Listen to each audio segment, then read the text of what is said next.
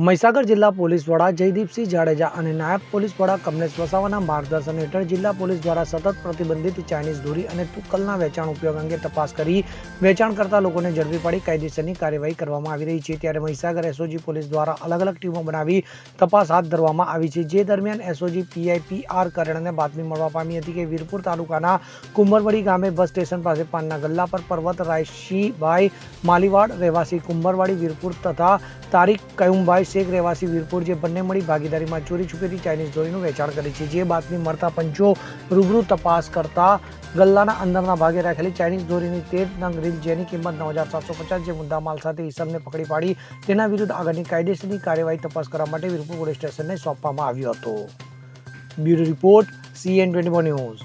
હવે જુઓ દેશ દુનિયાની તમામ ખબરો તમારી આંગળીના ટેરવે। ઉઠાવો મોબાઈલ અને ગૂગલ પ્લે સ્ટોર પરથી ડાઉનલોડ કરો અમારી CN24 ન્યૂઝ મોબાઈલ એપ।